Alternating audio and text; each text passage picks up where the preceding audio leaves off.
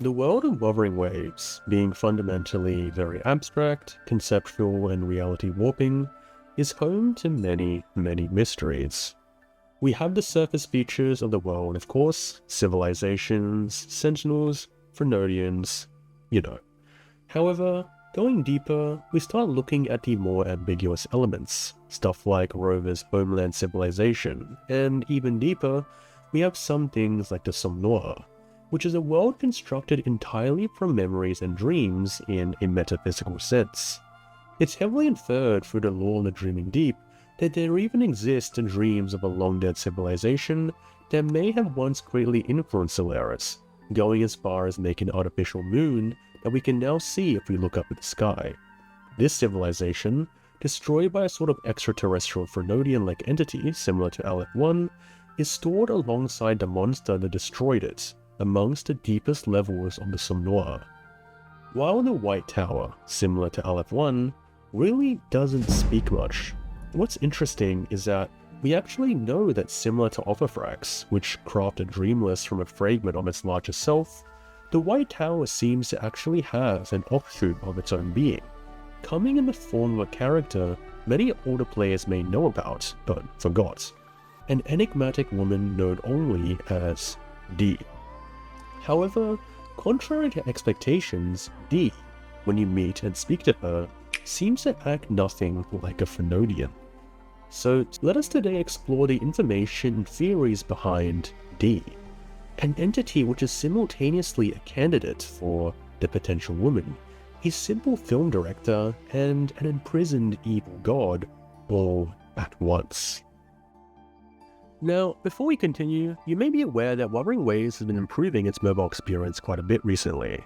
While I do have a phone that runs wuwa perfectly fine, I still never play it. As you can probably imagine, clearing middle floor tower with mobile controls is not fun. That's where the sponsor of today's video, MOJHON, and their new Storm controller comes in. With a 2000 Hz polling rate and K-Silver JS13 Pro joysticks, one of the best TMR sticks on the market, as well as mappable custom gyro features and back buttons, the MOJHON Storm and its included charging stand is an incredibly high quality product at its price point. With fully mechanical buttons that have a great click feel, the Storm's controls can even be tailored both in Wuthering Waves' native controller settings as well as MOJHON's own mobile app. So far, I've really enjoyed using my MOJHON controller to basically have a PC game experience without needing to hold my laptop everywhere. As someone who loves button mashing in Wuthering Waves, I'm an especially big fan of the Storm's dual mode trigger that can shorten the pull of each attack independently. So if you want to elevate your Wuthering Waves experience on PC, mobile, console, check out MOJHON's new Storm controller in the link in the video's description. Now, in order to understand the story of D, we need to first begin with a place in Wuthering Waves that has been picking up a lot more attention recently, whether that's from the 3.4 Cyberpunk collab or the new elusive realm events, the Somnoire.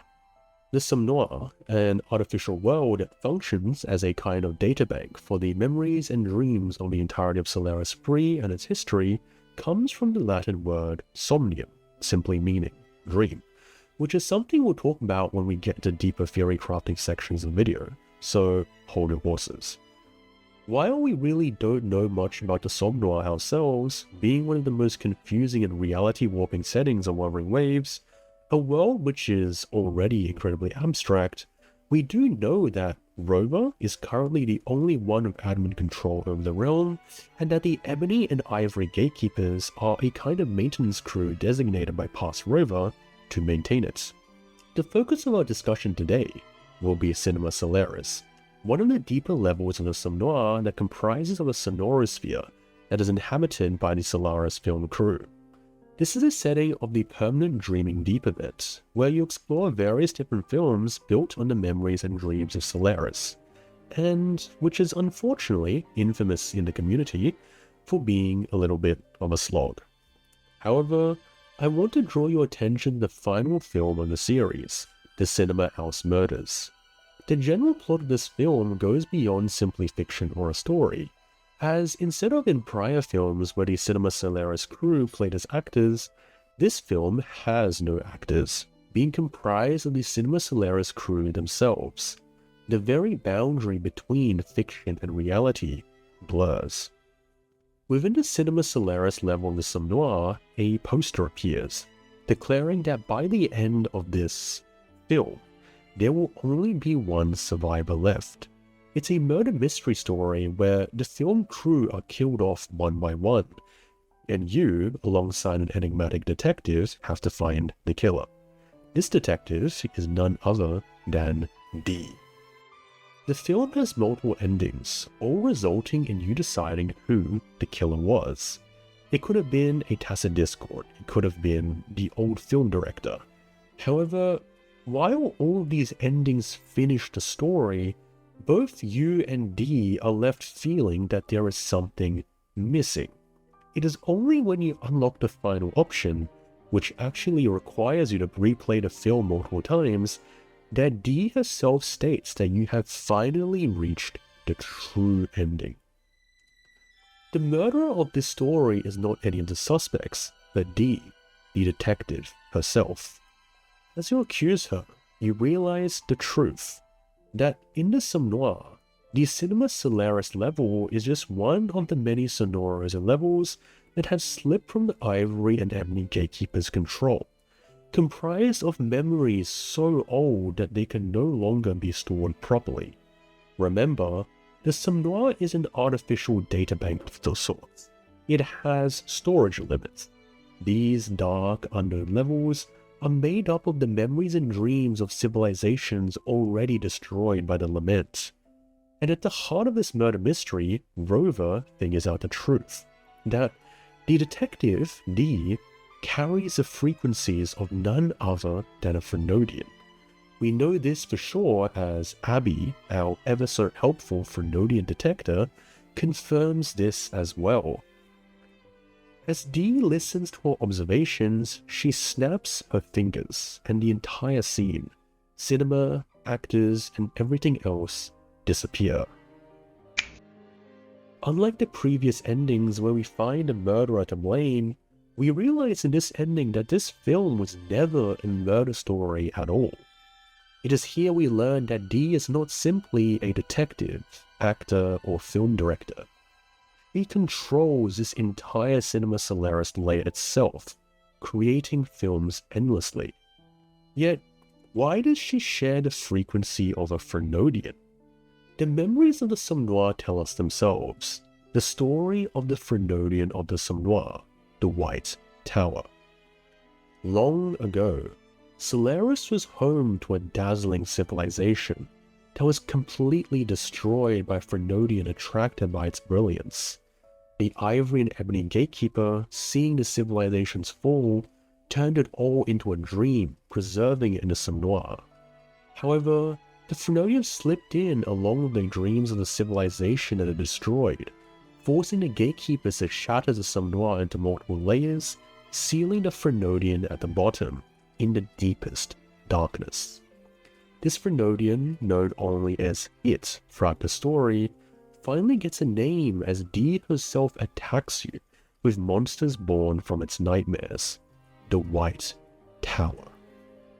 So, recounting what we know so far, we know the enigmatic Dee is a shard or piece of the White Tower, a Frenodian that devoured a dazzling civilization in Solaris' past.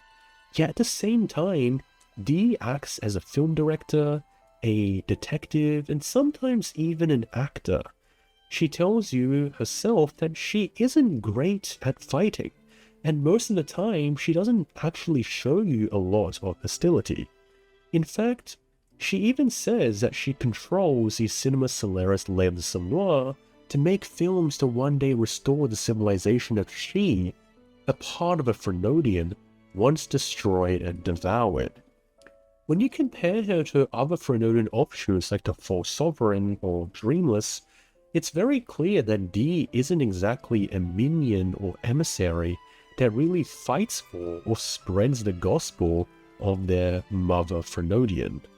Dee is a very contradictory character at times, and I want to now provide some theories as to what on earth Dee is, and what they are actually doing.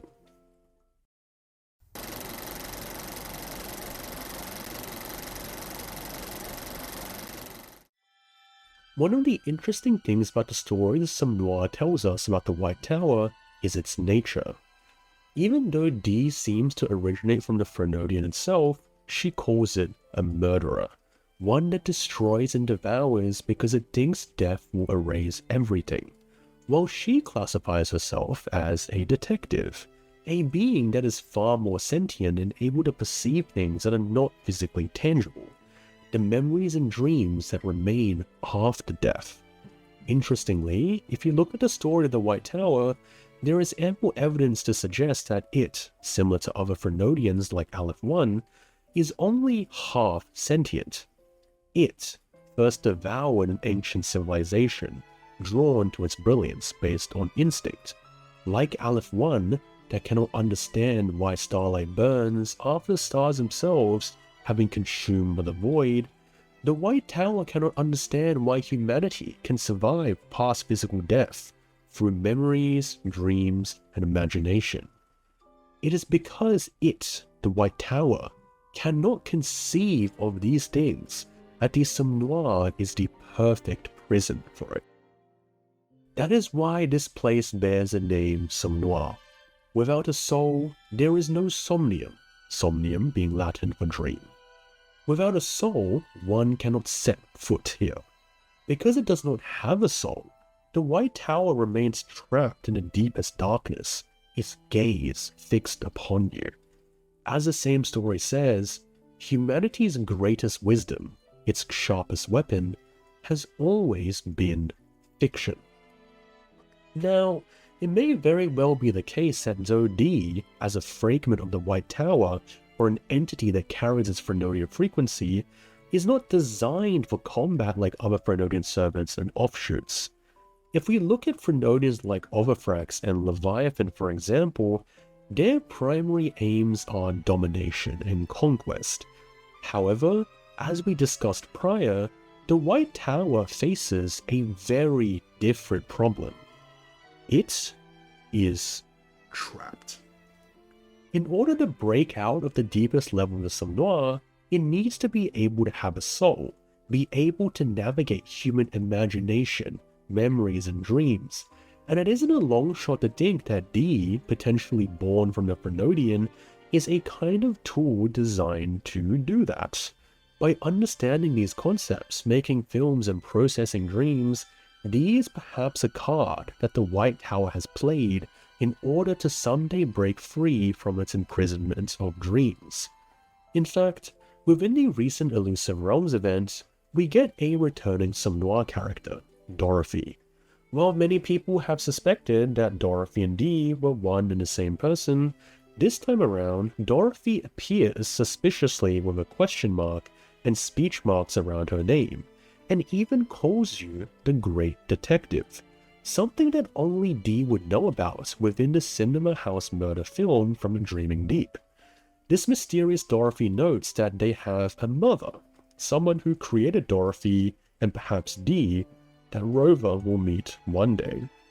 This would align with D being a shard of the White Tower made to perform a certain role, and even matches the offshoots of other Frenodians, like Dreamless from Overthrax, who, if you remember from the 1.0 story, called Abraxas, Abby, Mother.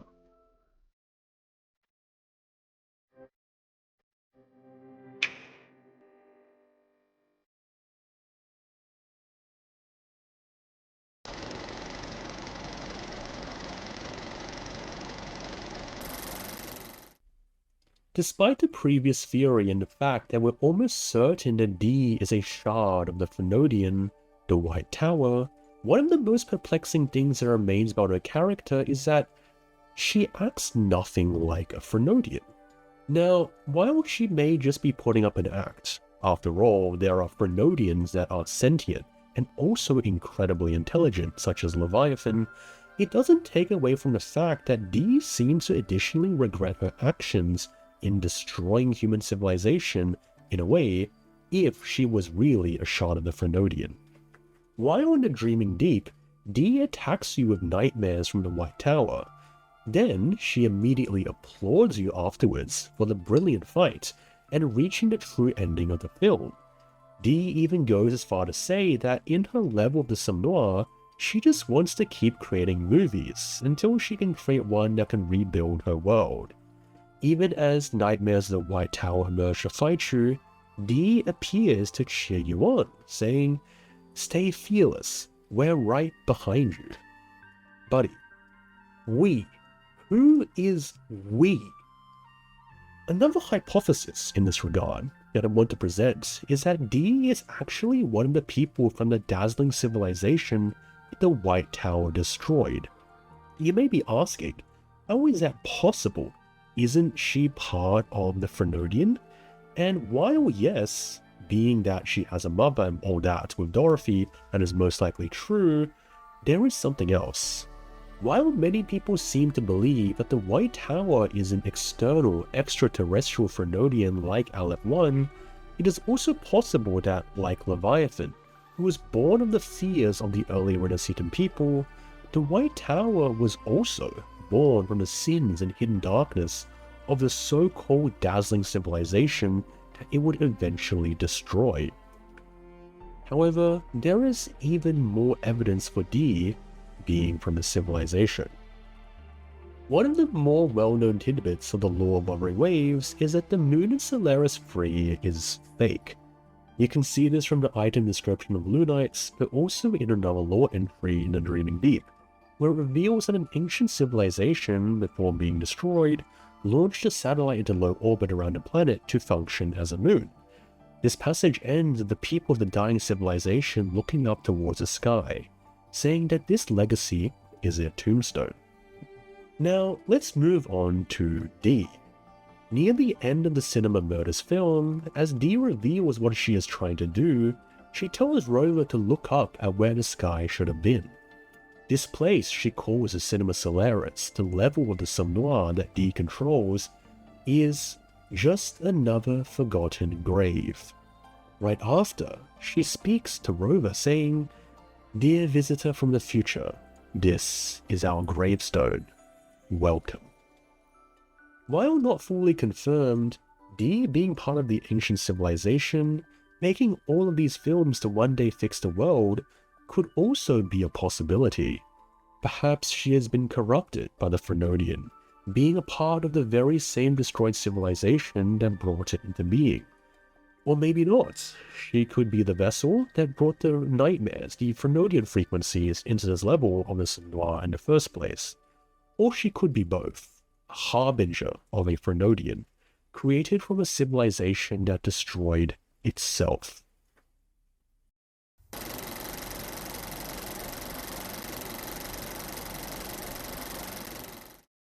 You may have heard of a certain saying before. When someone is disconnected from reality and what is happening in the outside world, you may describe that they are sitting or living in an ivory tower. This saying, which comes from the Song of Songs 7:4, "Your neck is like an ivory tower," was originally used to describe noble and privileged people who could essentially live in their own world without a care what was happening on the outside. Now, besides the similarities between the White Tower and the Tourist Borneo, or Tower of Ivory, I think that with what we talked about with the Frenodian locked in the deepest level of the Somnoire, being trapped because it is an entity that cannot comprehend dreams, fiction, imagination, that defines the soul of humanity, that there are some parallels between the situation of the White Tower and the Ivory Tower allegory. For one, like the Ivory Tower, the White Tower is disconnected from the outside world because of its fundamental inability to comprehend humankind's imagination and dreams, and inability to comprehend reality. In this vein, it is not really an overstep to say that Dee, if she truly is linked to White Tower so much that she is a Frenodian offshoot, then this allegory casts an interesting light to her role. We know that Dee stays in the Cinema Solaris layer, she herself saying that she will keep making films until there is one that can save her world. In essence, Dee is almost trapped in an ivory tower, fulfilling an esoteric vision without understanding what is truly happening outside, or maybe not understanding humanity enough to set the White Tower free. Films are representations, but not the essence themselves of humanity. Despite the Somnoire blurring the lines of fiction and truth, it is the divide of these two concepts that keeps the White Tower imprisoned. Furthering this Ivory Tower allegory, it may be that the White Tower is a Frenodian that is, well, related to isolating or cutting spaces away from reality. If the ivory tower is often used to describe people that are disconnected from the world itself, so self-obsessed in their pursuits that they ignore reality itself, then perhaps the white tower is a Frenodian similar to Aleph-1, in how it deletes and separates concepts and things. However, while Aleph-1 manipulates existence and ontology, what if the white tower affects consciousness and being itself? To be so tied and trapped by dreams, we may be facing an entirely different set of powers. And, well, if the white tower is truly a Frenodian that affects consciousness and perception, then we may be stuck with a whole new can of worms. Of course, these three conclusions are far from the only ones possible. Perhaps D is not part Frenodian at all, and simply brought the Frenodian frequencies into the space. Maybe she is a shard of the Frenodian, and is simply putting on an act so the white tower can one day escape its chain of dreams. As she says at the very end, D refuses to tell you everything. She will play one final detective game, giving you her beret and challenging you to explore the Somnoire again, and find out what she is hiding. One of the greatest references on the game of Wuthering Waves, proven within the Dreaming Deep itself, is the novel Solaris by Stanislaw Lem. It is a text that is foundational to the philosophy of the game, going as far as to inspire the planet's name, Solaris 3. If Lem has anything to teach us within the book, it is that there are some things, like Frenodians and the Lament, that are inherently impossible to understand from a human point of view, because they are intrinsically alien. However, regardless of this, humanity will still struggle to define and make sense of the impossible, just like the people of the dazzling civilization that fought and are still fighting the White Tower to the very end. Humanity's hubris yearns for the truth, even if they have to rip it from the jaws of fiction. Dee, in this regard, says it herself. Fiction and fairy tales. Who would even listen to such an absurd story? She tells you herself that she is hiding something. Just like with how Chang Li's story told the story of a deadlock of humanity and the lament through the game of Wei Qi, or Chinese chess, Dee implores you to explore the Somnoire once again. After all, the game must continue.